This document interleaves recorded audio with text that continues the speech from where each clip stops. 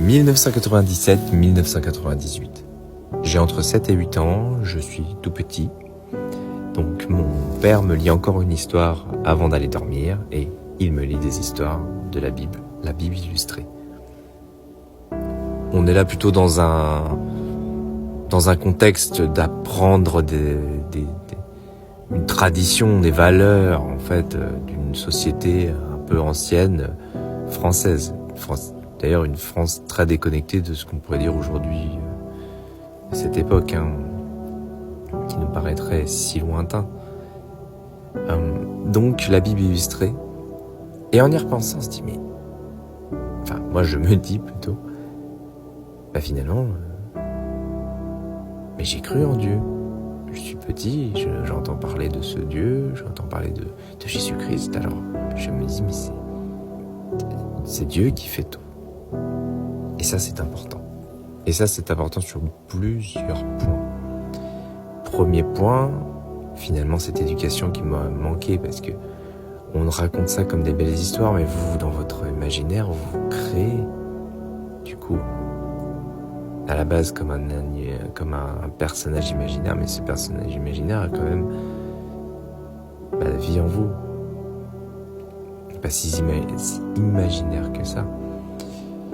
Des choses arrivent, des choses bien, des choses mal aussi. Des lumières qui s'éteignent toutes seules, alors qu'il n'y a pas de système de minuterie, ni de problème sur une ampoule, rien qui grille, une électricité parfaite. Des moments très sombres,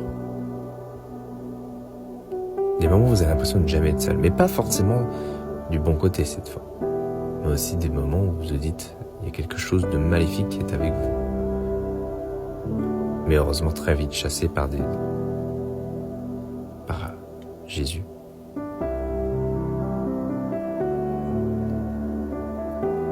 Et vous croyez que c'est Dieu qui vous protège.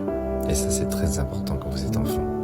Quand vous vous trouvez face au noir, à tout ce qui est sombre, lugubre la nuit, c'est très important. Aucun ami imaginaire ne peut vraiment vous protéger face à ça. Aucun ne peut vous accompagner. Aucune autre chose. Ce n'est pas un ami imaginaire. Car c'est ce qu'on entend le plus souvent quand on parle justement d'avoir un Dieu. Ah, tu crois en un ami imaginaire.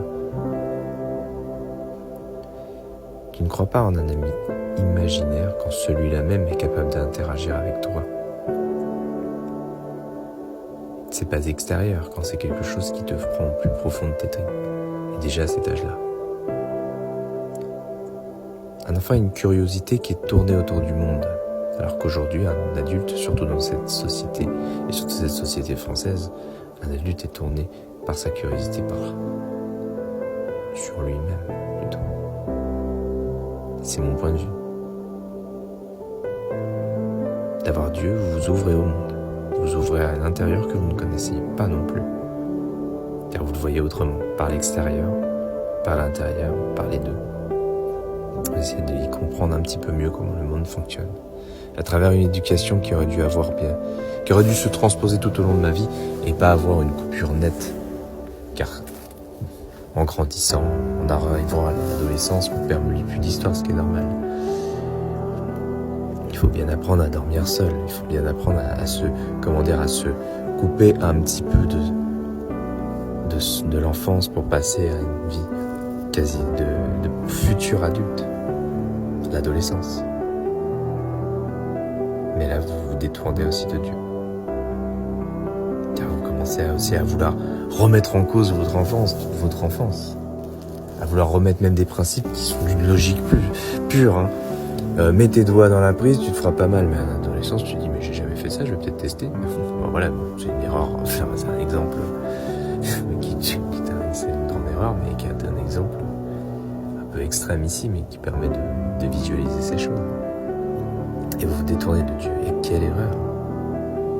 Car là, rien n'empêche le mal. Parce qu'on ne vous a jamais enseigné qu'il y avait vraiment un bien ou un mal. On vous emprisonne dans une culture traditionnelle en disant fais ça comme ça c'est bien, fais que ça comme si c'est pas bien, fais ça là, c'est bien, fais pas là, c'est mal. On vous enseigne l'éthique dans une culture française traditionnelle, mais on vous ne enseigne pas l'éducation à la fois, donc là où bien et mal, à la morale. Le terme pour moi était déjà très asséché de son volet, on va dire, spirituel. Il était déjà sur un volet plutôt éthique. Quand on parlait déjà de morale, on parlait déjà pour moi d'éthique. Et donc si on parle d'éthique, forcément on voit les choses dans un bien et un mal, mais liées à des bonnes choses que doivent faire les humains et bien est-ce que les mauvaises choses qu'ils ne doivent pas faire, ces fameux humains.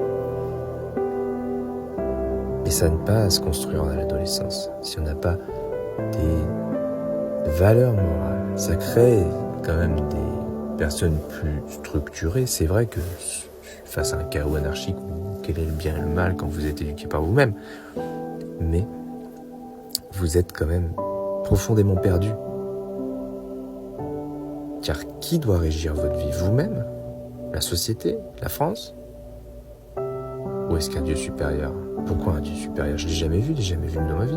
On se détache en plus des choses qui sont beaucoup plus extérieures, ou même de toute façon, même votre propre, réaction interne.